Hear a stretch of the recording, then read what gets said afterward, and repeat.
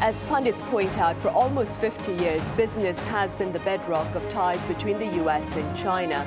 And thus its absence may affect bilateral engagement on many other fronts, including security. Accordingly, quite a number of countries, including South Korea, are worried.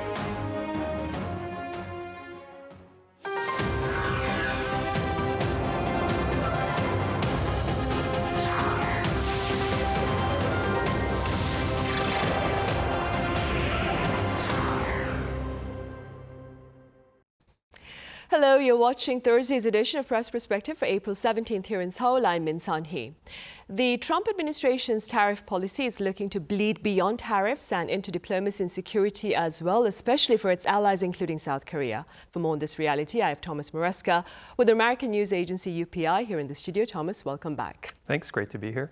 I also have Yang Chien-Hao, a freelance journalist from Taiwan, based here in capital Seoul now. Chien-Hao, it's been a while. Welcome back. Hello, thanks for having me here today. Thomas, we will start with you. So quite a number of media outlets are calling the tariff war between the US and China a dangerous game of chicken. So let's start off, Thomas, with where this particular war stands. And could you walk us through the reasons behind its start, like from the beginning? Sure, I will try. Yes, it's a game of chicken, as you said, with obviously pretty global consequences.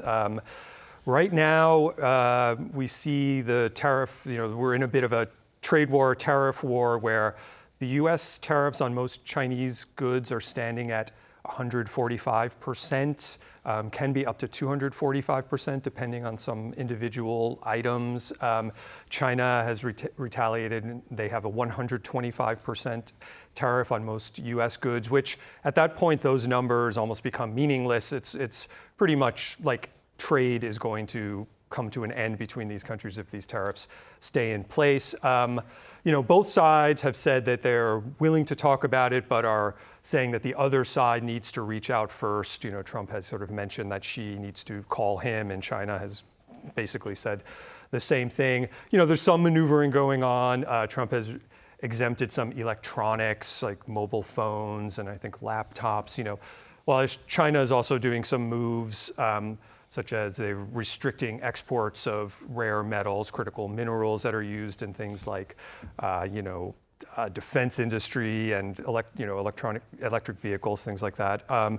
Restricting U.S. films possibly being shown, doing some anti-monopoly monopoly investigations of Google. There's a rumor that they are canceling a big order of airplanes from Boeing. So, there's all of this maneuvering going on. And in the meantime, the WTO just yesterday dropped their forecast for global trade for the year to a contraction of minus 2%. It had been they had expected a growth of 2.7%. So we're already seeing the outcome of, or the potential outcome if this stays in place. I mean, to go to the history of it, it really goes back to Trump's first term in 2018. He started kind of a trade war with China and imposed tariffs on a bunch of their goods, and then China responded, and there was a tit for tat back and forth.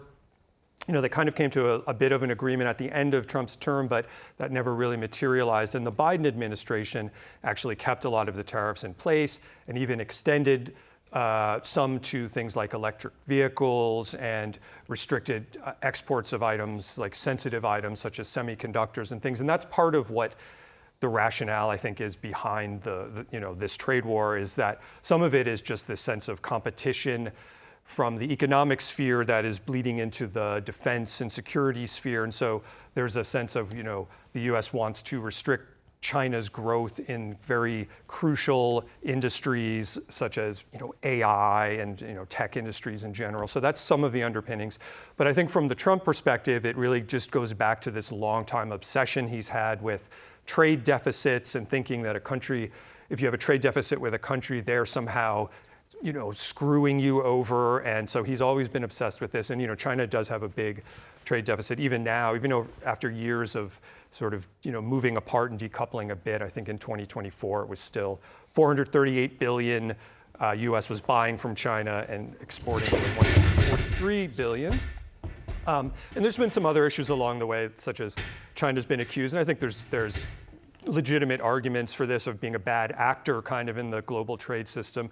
IP theft, some forced tech transfer, some, keeping their currency artificially low. And so there's been a lot of, there's some issues that are really based in reality, but I think the question is this the way to address this, this tariff assault? And so I think that's really what's going to, we'll have to see the answer to that. Right, whether or not this is the right path forward, of course. Chien-Hao, I hope you're okay. No problem, sorry. Right, there was a slight disruption there with you. Did you fall off your chair? Or? Yeah.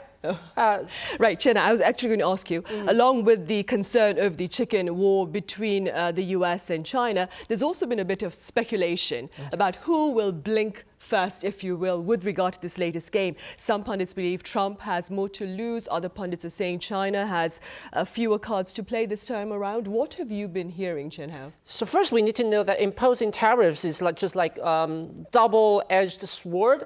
It can definitely have negative impact countries which exporting products to you yourself. But if many people are in your country rely on those products from the specific country, then when tariffs are being raised, those products will become definitely more expensive, and we're going to have negative impact to people's normal life as well. So the problem will be that is the United States be able to handle this problem if it really affects the economy. And for China, it's a dictator country, and leaders can mostly do whatever he or the party like. But for the United States, it's still the democratic system. Though President Trump, he is now showing a stance that he want to decide, he want to control everything by himself directly, but he will still need to confront the public opinion. For example, since there are midterm elections coming in the coming years, so is he able to handle that? It is a problem as well.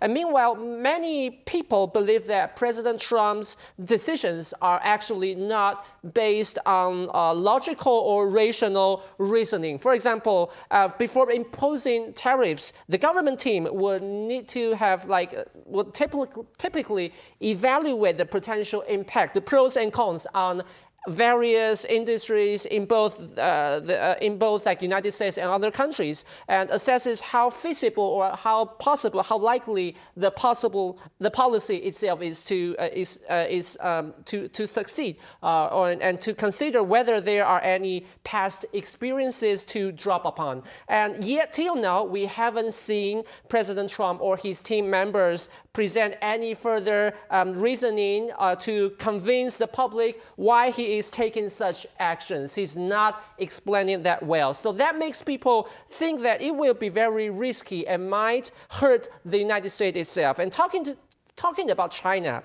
like what I've just mentioned, like the Beijing authority, the regime is able to make more strong decisions without taking any public opinion into consideration. Meanwhile, China is dominating the United States market in many items, such as we know that electronic products, clothes and toys. Most of them, over 50% of that comes from China. And has the United States found other countries substituting Chinese items? Probably impossible in several months or years. And also, China now holds more than half of the world's rare earth minerals, most of them being used in making semiconductors or advanced weapons. And we can see that the retaliation against the imposed tariffs, China began restricting the export of the rare earth minerals to the United States. And this will definitely impact the high tech and defense supply chains of both United States and the countries around the world, affecting not only the United States itself, but also many countries. So it will be a very difficult situation. Right, which is why market analysts have been saying nobody wins a trade war. Right. Thomas, let's now touch upon the broader implications of this trade war between the US and China on its partners, of course, including South Korea. Now, traditionally, South Korea, of course, has focused on the US for security and China for trade. Granted, in recent years, there was a slight shift with more trade with the US as the former administration aligned itself with the former Biden administration. First of all, then, Thomas, what would be the gains and losses for Korea should it maintain its reliance on the US, do you think? Right. Well, Korea is obviously in a difficult situation between these two giants, and China and US are #1 and #2 trading partners for South Korea. So there's a lot at stake. I think, as with so much that's going on, it's hard to really foresee exactly, how this is going to play out, just in the sense of there's already been so much inconsistency about the application of the tariffs. Are they going to stay? Are they going to go? But assuming, one of the main rationales that it seems for the US applying, keeping the tariffs only on China while giving this pause to other countries, this 90-day pause, is this idea that, we'll build relationships with other countries, and in an effort to kind of box China out or build our own, bulwark against China's, and so it seems like that's part of at least the plan. And so if that is the case, and it really does come down to a real splitting of the global supply chain and the global trade, and into these two sides, if you want to make the case for South Korea sticking with the US, there's a lot of, South Korea is in a position to offer things that the US would want or need in this kind of scenario. And we've already seen some of that coming up with, Trump has already mentioned South Korea as a potential for rebuilding the shipbuilding industry in the US. And South Korea, is very strong in a number of key industries that the US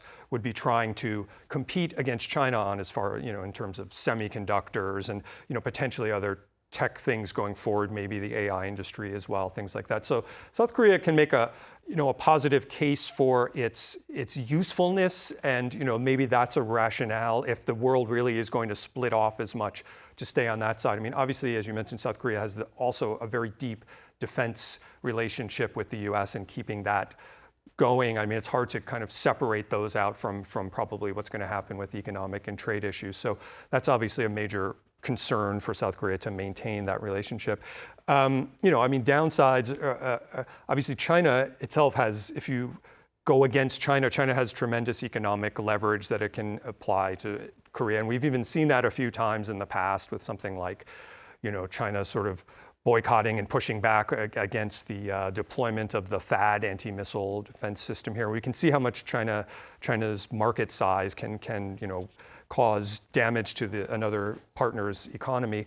And I think a bigger question goes back to this sense of uncertainty, and this idea that the US now, for the first time maybe in so long, seems like a risky and unreliable partner, maybe, in the sense of, is our alliance based on something, long-lasting and fundamental, or is it this very transactional situation? So it's always this sense of, maybe we can work together now, but, can I trust that you aren't going to,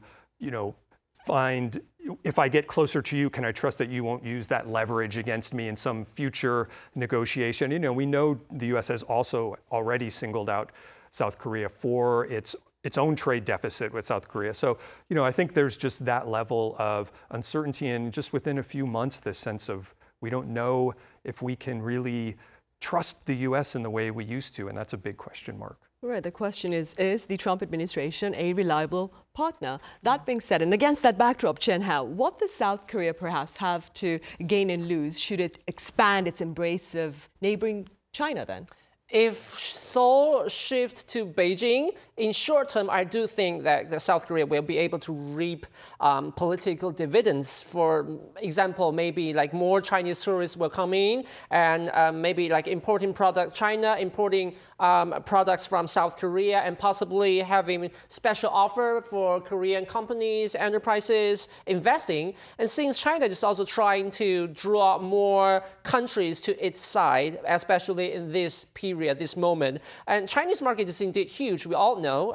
But meanwhile, it is also risky because if China is unhappy, they can cancel it anytime, and it will be disaster if Korea has been rely on them too much without finding any substituting plans. South Korea has already experienced this kind of situation of being imposed the restriction order from China in the end of 2016 because of deploying THAAD system.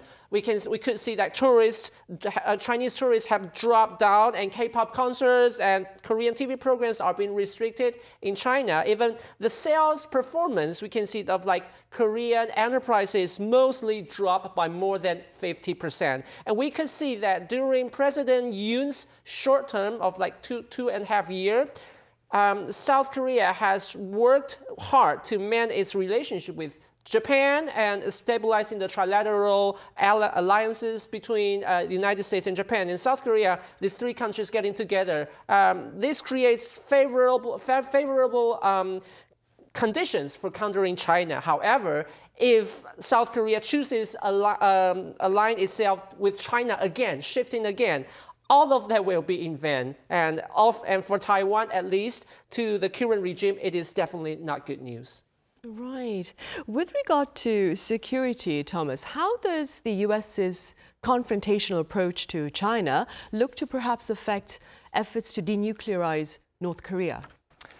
I think we've already seen the impact of China and the US growing apart in terms of the approach to North Korea. I mean, up until at least a few years ago, China usually voted in lockstep with the UN Security Council to impose, further sanctions on North Korea. And going back a little farther, China was part of the six-party talks back, a couple decades ago to try and work on a multilateral solution. And so I think we've already seen since then, China has stepped back from, sanctioning North Korea in the Security Council and has more taken the side a bit of North Korea, at least in its framing of what's going on regionally. I think both sides would like to see, ideally North Korea not have nuclear weapons, but they have different motivations for it and are coming at it from a different angle. And I think China is more concerned about stability above all, and has long seen North Korea as a kind of buffer state to the U.S. and South Korea right on its doorstep. And so, I think China wants to approach it more from a sense of, economic assistance, security guarantees, and has already been pushing back against this idea of, the U.S. and its allies trying to just sanction and isolate North Korea. So we've already seen this division in place. And then I think, the more divided that the U.S. and China become, North Korea could have different meaning to China. It may be advantageous for China to not, participate in any way in trying to help denuclearize North Korea. China might want North Korea to exist as more of a threat to the regional security situation, distract the US and South Korea if China does have designs on, say, Taiwan or something along those lines. So there's, North Korea becomes a potential pawn in this global sort of situation. And, obviously Russia's participation with North Korea has further complicated the matter. And I think, just while this is all happening, North Korea, there's so much going on in Europe, and the U.S. attention has not been that strong on North Korea. And all the while, the North is just continuing to develop its weapons, continuing to develop its nuclear program. There's concern that the relationship with Russia is accelerating their weapons of mass destruction program. So, North Korea is not waiting around for a decision. And I think just the greater uncertainty, ideally, if we wanted to see North Korea denuclearize, which seems farther and farther of a distant possibility, you would want to see the U.S. and China working in some sort of concert, but that seems less and less possible. Right, especially right now. Chien-Hao, I'm going to expand on something that Thomas talked about. This is purely speculation, of course, but do you fear that the trade war between the US and China may play out in the form of an actual war in Taiwan? And if that is the case, what do you propose to prevent, of course, such a frightening scenario? It is a difficult question, but personally, I don't think so. Even without the trade war, China's military threat to Taiwan and its ambition of aggression continue to intensify. It's like existing all the time. And in order to protect our democratic system, establishing a close, cooperative relationship with the United States is essential. However, with President Trump currently serving as president, it is very difficult. It has been a very difficult challenge for Taiwan in negotiating with the new regime in Washington. Trump's unpredictability and excessive demands have sparked a wave of U.S. skepticism inside Taiwan already. Like, for example, many people are thinking that should we trust America? Yeah, that would be the problem. But we certainly cannot abandon the United States, but neither can we rely on the United States completely, 100%. That's why it is very crucial during this period to continue strengthening our ability to respond to the threat from China. And we must make it clear that to Beijing that if China invades Taiwan, even if Taiwan cannot win, eventually it will still make China pay an irrecoverable price. And another is cognitive warfare. China can more easily create confusion or chaos inside Taiwan without spending money on military stuff. So also the biggest issue happening these 2 weeks in Taiwan is that the former Taiwanese ruling party staffs and former secretary of the foreign minister and former staff of the House Speaker, they are all detained on suspicion of leaking classified information to China. And this has shown that China's infiltration has indeed been going on for years, even toward the ruling party, which is known for its anti-China position, have been compromised. But overall, Taiwan's level of violence toward China still isn't very high, I think, inside Taiwan, inside the society. And some are concerned that this might also give the ruling party an excuse to target the pro-China opposition party. So indeed, the situation is more complicated to deal with. Right, more complexity there as well then. Sure. Right, I'm afraid that's all the time we have. But as always, Chien-Hao, thank you very much for your time and your thoughts. And Thomas, thank you very much for your insights. Thank you. Right, well, that is all the time we have today. We return same time tomorrow, so do join us then.